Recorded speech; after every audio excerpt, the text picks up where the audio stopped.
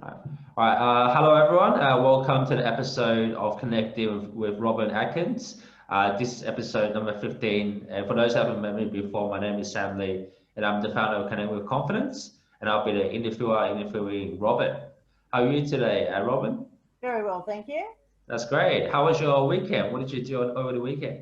Oh, what did we do on the weekend? A lot of hedging. Coming into spring, there's a lot to do in the garden, so most of the weekend was spent there. Oh, okay. So you stayed at home, chilled for a bit, and Yeah. did gardening most of the time. Yeah, it sounds great. So yeah, anything else happened over the week for you? Oh, caught up with grandchildren. COVID's been a bit of a challenge for everybody. We've caught up with family, caught up with some social groups, and had our small business meeting in the park about 10 days ago, which was nice because we can't meet in venues in groups of more than 10, so it's just as easy to go and take it into the park. So I got a referral from Viola. How did you know Viola Tan? That's a very good question. Viola and I go back quite a number of years. I don't know where we've met originally, but we've been connecting for all of those years ongoing. If she's got something on and I can help promote that or attend it, and she can come to our venues and our events, that's great. But a time comes, I guess, when your business grows and you go on and do whatever it is that you're doing, but we still manage to catch up every now and then. Ah, that sounds great. Yeah, she's definitely connected me to a lot of great people like Oh, that's you good. because yeah, I've interviewed Linda already, and then you're the second one, and there'll be a couple more people. So she's a great connector. I like that. Yes. So yeah, Robyn. So tell me about a little bit about your background, like what. Oh, Yeah. okay. Well, originally I was in admin roles. Yeah. I worked for the ATO for a little while, but please don't hold that against me. Uh, and then I went into admin roles, office management, payroll, those sorts of things. Yeah. And eventually I was building up a business in the real estate area. Yeah. And I thought, this is crazy to be working a job 9 to 5 and doing a side hustle, they call it these days. Yeah. But when the side hustle gave me more pleasure and also brought in a better income. Yeah. So the job went after about 12 months, 18 months, and Yeah. I did property investing for 20 years and I thoroughly enjoyed it. Oh, that's great. So you're kind of like a entrepreneur, that kind of thing, instead of just Yeah, I guess working a so. 9 to 5. That's great. I guess it's always good to embark on a side hustle. It's really all what's all about, like going It into is, your passion. yeah. Because I see some people walk out of their job, Sam, and they go straight into whatever it is that they're trying to create, and then they have to close it because they don't have enough income.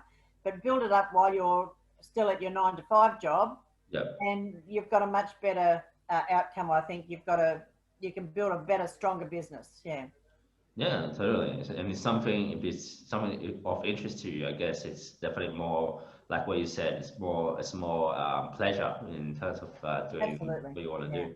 Yeah, it's just similar to me. Like I like doing what I'm doing, so it's different from a yeah. 9 to 5 job where you're getting pushed to like to work for someone, and then it's something that you don't like doing. So yeah, Mm. it's very great. So yeah, Robyn, what do you like to do for your hobbies and things like that? Well, what Oh, do you like to do outside of work? too many hobbies. I love to knit, and I've Yeah. just knitted 34 beanies for Wow. premature babies. So Oh, that's in the package getting ready to be posted today. wow. I love to cook and I love to bake. So on a cold winter's day when it's raining, you'll find me in the kitchen every time. Uh, sounds like fun. Sounds like you're a great cooker. Very nice. That's great. Yeah. So today we're gonna talk about a bit about your business. So why you started your business, and so we went through a little bit. Can you tell me more about your business? So you say your business was in the events coordination, that kind of thing, like is it creating networking events? It was. So through the property investing, we found it important to hold small meetings, and then they grew into seminars. And then, through the head company, I guess, we were running overseas workshops for people, and people would come from all around the world to learn a little bit more about property investing. So you build a good relationships with people. Yeah. And I find that in small business as well. Running the Blacktown Business Network, people walk in and they think they're going to sell their product to you straight away. Yeah. They don't understand the importance of building connections, getting to know people, Totally. not necessarily becoming their best friend, but being friendly and courteous and respectful of everybody else. It's not a matter of run in here, here's my product, everybody's going to buy it, and I'll never see you again. You know, Mm. so it is. I find the most important thing is to build those strong relationships. Yeah, totally. And I definitely, and you definitely overlapped into what I wanted to ask you towards the next question, which is building positive relationships with people. Yeah, and I totally agree with you. Like, it's not really about selling at first, really about building that connection first before anything happens. And yeah, it's great. It's a great thing that you're doing. So, so you do that as a full-time career, full-time job? Well, I've finished up with the property investing 2 years ago, Yeah, and Sam, I decided I was going to retire, yeah, and that lasted 2 weeks, and I thought, no, this retirement game is not for me. yeah. So I've been running Blacktown Business Network now for 10 years, 11 years. Wow. And I thought I'll put more effort into that. So we've created quite a few interesting things. We do a Small Business Expo now in March. So that's an opportunity for small business to come along, have a table, promote their product business to business. And sometimes we get some customers walking through. Mm. And then we've, the name, it'll come to me in a minute. But we've also created the Business Booster along with, I don't know if you've met Sheila yet. Sheila is from Wealth Forum. Yeah. And together we've created the Business Booster, which we run in Small Business Month. So there's another opportunity for small business to come along, connect, and start building those relationships so that, 6 months, 12 months down the road, we might be able to help start promoting each other's business. Oh, that's interesting. That's a great gig that you have. It's great, very good. And would it be something similar to, like, say, those like business corporate networking events like BNI, BX, and all those networking groups, or I would have to say totally not. totally not? That's a big commitment, a weekly commitment. I'm not sure about BX, but BNI, it is a big commitment. It's a weekly commitment. Correct. And it's not for me because week by week nothing changes, and it is a big financial commitment as well. I don't think BNI is the right thing for micro business. Yep. But once they start to grow, obviously a smaller business, as they build, they need to look for the next thing. So it could be a chamber, it could be a BNI, it could be BX, it could be a multitude of things. Yeah. They just have to find the right fit for them, and the fit that doesn't take up too much of their time. If their time is quite precious and they can't spare that, like you say, it's only a couple of hours meeting, but it's much more than that. Some of those things you've got to meet up and do other things, and it's very time consuming. You've got to weigh it up. Yeah. That's cool. So the thing that distinguishes yourself from the rest is basically micro businesses, like you help. Absolutely. Yeah. So little startups, people that are trying to get their foot in the door. Yeah. And we can introduce them to people that can give them free mentoring, like the Western Sydney Business Centre, those sorts of things. Also through some of the chambers are happy to share their information, but you don't necessarily have to join. You can go and talk to Bob or George, and they will help you with some suggestions for your business. They're not, they're quite open to sharing, which is quite good. And I think that's very important in business. We need to be able to share. Yesterday, I was talking to somebody who was a photographer. Yeah. And they were saying that they had met another photographer through their networking group. Yep. And it's worked out very well for them, because sometimes we see that other person as our opposition. Yep. If these two people are working together, if somebody can't do a job here, they will give it to the other one. So those connections are very important, and it helps everybody. Yeah, that's great. As long as it doesn't create conflict of interest, like with Absolutely. like you're only allowed one specialty, and I guess you're thinking outside the box of that, which is very smart of you, Robyn. It's great. Yeah, that's great. So yeah, is there anything else that I should know? Um, Regards to your well, yeah, I mean, we do a lot of things. We connect with a lot of people. Like there's Breed. Breed is down at the educational precinct at Quakers Hill. yeah They do a lot for disengaged school students. So we're working with them to help those students become more connected in the community yeah and help them build a business while they are still at school. yeah And some of those students have come up with some amazing ideas. And one group we worked with, they decided they were going to, the girls were going to do this and the boys were going to do that. And at the end of the day, some of the girls dropped out, some of the boys dropped out, yeah. and they combined and they decided they would do a car wash. So, you know, it's quite interesting to see how minds can work, but that's given them some sort of thought towards their future as well, because these are year 9 and 10 students. Yeah. So after that, I think they've got a bit of time to settle down and have a real look at their future and what they really want to do and what they want to help put into community. Mm. Oh wow! So you actually help out students as well. That's a good initiative. It is. I think it's important because our students are our future. Yeah, correct. And if they're having challenges at school, you know, somebody needs to step up and give them a bit of a helping hand and give them some guidance and some direction. And through Breed, they do that. We've offered to have some of the students come to our Blacktown Business Network. Mm-hmm. We haven't had any turn up yet because they're not into that setting up a real business. Yeah. But down the track, who knows? They might turn up. Yeah, I guess that's like skill of networking is very important as well. I guess that's just some great exposure for them in terms of building better connections and really how to grow a network. I guess that's really, and that's what I really want to do as well. Like, so maybe in the near future we can collaborate with something. Yes, you never know. Never know. That's my job. Yeah. All right. Cool. So yeah. So yeah, we overlapped a little bit on how you build better relationships with people through networking.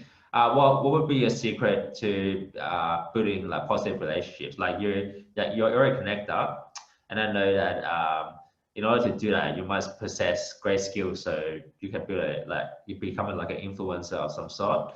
So can you tell me a bit about your secret to building better relationships with other people, Robyn? For me, I find it quite easy. Some people don't find it easy. I can tell. But it's a matter of just taking the time to learn a little bit about somebody. You don't have to know everything about them, but, you know, to know that this is what they do, this is what they're trying to achieve, and know that listen is one of the most important things. Listen to what they're telling you, because down the track, next time when you meet them, you can say, well, last time we were talking, you know, little Jimmy was playing soccer going into the finals. How did that go? And I find that is one of the biggest connectors. If you listen to people and you engage with what they're doing, they appreciate the fact that you have actually listened to what they've said and you know that little Johnny was going to play soccer. It's not always about business. Sometimes we sort of, you know, this is my business and you want my business. You should have my business, you know, and we can work together. And sometimes we can't work together because I may not need a photographer, or I may not need a video person, or I may not need a VA, whatever it is. But that's no reason why we still can't build those nice relationships so that when I do meet somebody who needs any of those services, I can say, well, look, I've met this person. I think they're really good. In a lot of cases, I do a little bit of work with them because I find many people, when somebody asks for a referral, they get bombarded with all of these people, and sometimes I would say 98% of those people have not worked with the person that they're referring. And they might be a very nice person, they might be a very good connector, but that doesn't mean they're good at their job. Very true. You know, so I like to work with those people and actually see how they work before I refer them, because if something goes wrong, I don't want anybody coming back to me and saying, well, Robyn, you referred me to this person and they were really dodgy. You know? That's very true. Yeah, it's really about integrity when you do your job, I guess. It's something, it's a skill that you can learn. So besides listening and active listening, knowing what our person wants, is there anything else that you would recommend? I think when you're having that conversation with that person, it's different if you're in a group. And this is another thing I've noticed. But firstly, Yeah. one-on-one, if you're talking to, I'm talking to you, Yeah. you're talking to me, it's about eye contact. Don't be looking around the room at everything else that's going on when you're supposed to be connecting with this person. Yeah. And if you and I and Viola were in a group, for instance, talking, if I saw that somebody was standing over on the side, not knowing anybody, feeling uncomfortable, step back, open up that little circle and invite that person into your group. Introduce them to everybody, even if you don't know them, you know, find out who they are, introduce them, and that helps them feel a little bit more comfortable. It's good for you and it's good for everybody, because now that little group that you were with originally has met a new person. This new person has now met 3 people. And it's just making people feel comfortable in that environment, because sometimes we go into a new networking group or a new event somewhere, we don't know anybody, and it can be quite uncomfortable. But if you have somebody come over and introduce themselves to me and let me show you who's who and introduce you, you feel much more comfortable straight away. Totally. And I guess like you have all that experience with people from all walks of life, I guess. Yeah. And you say you did networking for like creating networking events for around 10 years now. Did you say? Yep. Yes. Wow, that's great. And do you encounter people that are shy, they're more introverted, they're more quiet in networking events? It is interesting because sometimes you'll get somebody who wants to come and promote their business. Yeah. And we all get an opportunity to tell the group what we do. Yeah. Some of those new people will just go, I don't want to stand up. Yeah. Oh. And that's fine. So we don't suggest that they do. Yeah. But later on, I will say to them, you know, you have come here as a new business to promote yourself. So you really need to get up and tell us about yourself next time. And sometimes they don't come back because, and I find that really interesting, that I want to promote my new business, but I don't want to talk to anybody. You know, like, why are you there? And I guess that could be the first step for somebody who is really uncomfortable at that sort of thing. They could go on to be the best salesperson ever. Yeah. But at that particular point in time, they are just not ready. But they've made that first big step of leaving their home and coming to a network group. So that in some instances can be a huge step. Yeah, like I know where you're coming from. Like some people aren't great at public speaking. I guess in terms of that, I guess when people do that, like they prefer like one-on-one situations instead of one-to-many. So when you pitch your business to everyone, I guess the nerves come in when especially that. Like, so I'm one of those guys as well. But I guess throughout time, when you go to more networking events, when you do more pitches, I guess that nervousness will go out and then the confidence will come in. Yeah. This is what it's all about. Which is a good point, Sam, because if you go to that meeting and you sit there month after month after month and never stand up, people are just going to go, there's that quiet person, let's just move on. They're not going to say anything anyway. Yeah. So I think that doesn't help you raise your profile. Yeah. It sort of helps to bury you. So very true. You really need to make sure that you're going there for a reason. And I think if you don't like to get up and speak in front of people, you can do a little short course with somebody like Toastmasters. Yeah. And that's really a great help. Yeah. Cool. Yeah, that's what I like. If you haven't know what I do for my business, that's what I skill people up with, connecting with people. So I teach them how to go to networking events to build their confidence. To once they go more, break out of the shyness. I guess it's for those kind of people, you need to hold them by their hands and really tell them they can do that, so they can blend in well. So which is really cool. So yeah, thanks for the great advice, Robyn. The other skill to have, which is going to networking events, making use of it, and really be confident about it, is actually something great advice to other people. So it's very cool. So Robyn, that's pretty much it. So how do we know more about your business? Like, what's your website? What are you on social media? Can you tell me about more of those? Yeah, So the website is Blacktown Business Network, and our Facebook page is Blacktown. Oh, it is Blacktown Business Network. Yeah. Oh, Blacktown Business. So yeah, go in and have a look, or have a look for Small Business Networks in Western Sydney, and Blacktown Business Network will generally come up in the first three. Okay, so the website is blacktownbusinesscenter.com. Blacktownbusinessnetwork.com.au. Okay, sounds good. Very clear. And did you say on Facebook? Are you on LinkedIn? Are you on Instagram or anything like that? Or No, for a Small Business Network, we just do Facebook. We do Meetup and the website. That's pretty much it. Meetup on the website. Yeah. Sounds great.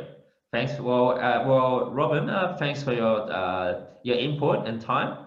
So I had a great interview with you. And yeah, viewers, if you want to know more about Robyn, or if you're in Blacktown area and you want to go to Robyn's networking event, feel free to find out more out about her. And yeah, this draws to a close, Robyn. I hope you had a great time, and I definitely had a great talk with you.